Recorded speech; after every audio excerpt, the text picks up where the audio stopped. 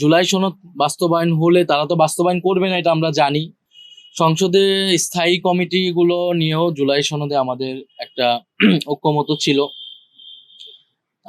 যে বিরোধী দল অনেকগুলো কমিটির সভাপতি পাবে, বিশেষত 4টা কমিটি তারা ফিক্সড বাধ্যতামূলকভাবেই তারা পাবে। তো তারা সেই কমিটমেন্টটাও রক্ষা করে নাই এবং তারা এখন বলতেছে জুলাই সনদ বাস্তবায়ন হলে। তো জুলাই সনদে এটা তো কমিটমেন্ট ছিল, জুলাই সনদের যেই অংশগুলো সংবিধান সংস্কার সম্পর্কিত ছিল, সেটা সংবিধান সংস্কার আমরা বলছি, তারা বলছে সংশোধন, সেগুলোর পরে হয়তো সেগুলো নিয়ে সমাধান মানে সুরাহা হতে পারতো। কিন্তু এই স্থায়ী কমিটির বিষয়টা তো আসলে সংবিধান বিষয় না, এটা কিন্তু এখনই স্থায়ী কমিটির সভাপতিটা বিরোধী দলকে দিয়ে দেওয়া উচিত ছিল। আমাদের জায়গা থেকে কিন্তু আমরা এটা দাবি জানিয়েছিলাম যে বিরোধী দলের এটা ন্যায্য পাওনা এবং এটা আমাদের জুলাই সনদের কমিটমেন্ট। আমরা যদি দুর্নীতির জায়গাটায় স্বচ্ছতা আনতে চাই, জবাবদিহিতা আনতে চাই, তাহলে এই স্থায়ী কমিটিগুলো সভাপতি বিরোধী দলকে দেওয়া উচিত। তো সেই জায়গা থেকে তারা সেটা দিবে না বলেছে। জুলাই সনদ বাস্তবায়ন হলে তারা তো বাস্তবায়ন করবে না, এটা আমরা জানি। বাস্তবায়ন তাদের নোট অফ ডিসেন্ট সহ করলেও ফলে এটা আসলে হতে যাচ্ছে না বলে আমরা মনে করছি।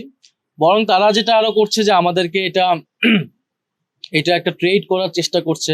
আমাদেরকে তারা বিভিন্ন অনানুষ্ঠানিকভাবে বলেছে যে যদি সংবিধান সংশোধন কমিটিতে বিরোধী দল অংশগ্রহণ করে তাহলে তারা অনেক কিছু ছাড় দেবে, তাহলে হয়তো তারা বিরোধী দলকে এই স্থায়ী কমিটিগুলো সভাপতি দিবে। আপনারা দেখেছেন যে প্রথমে ডেপুটি স্পিকার বলেছে, তারপরে বলেছে কমিটিতে যুক্ত হলে আমাদেরকে এই স্থায়ী কমিটিগুলো দিবে।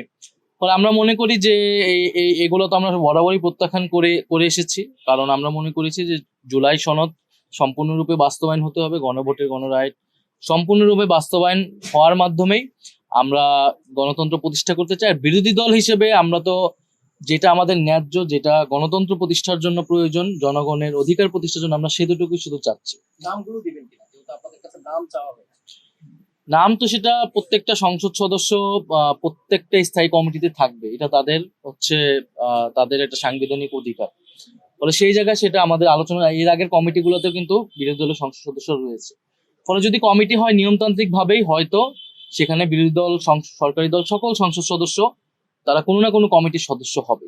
সেটা নিয়মতান্ত্রিক ভাবে হতে হবে, সেটা আমরা আরো আলোচনা করে আপনাদেরকে হয়তো জানাতে পারি। 180 দিনের মধ্যে যে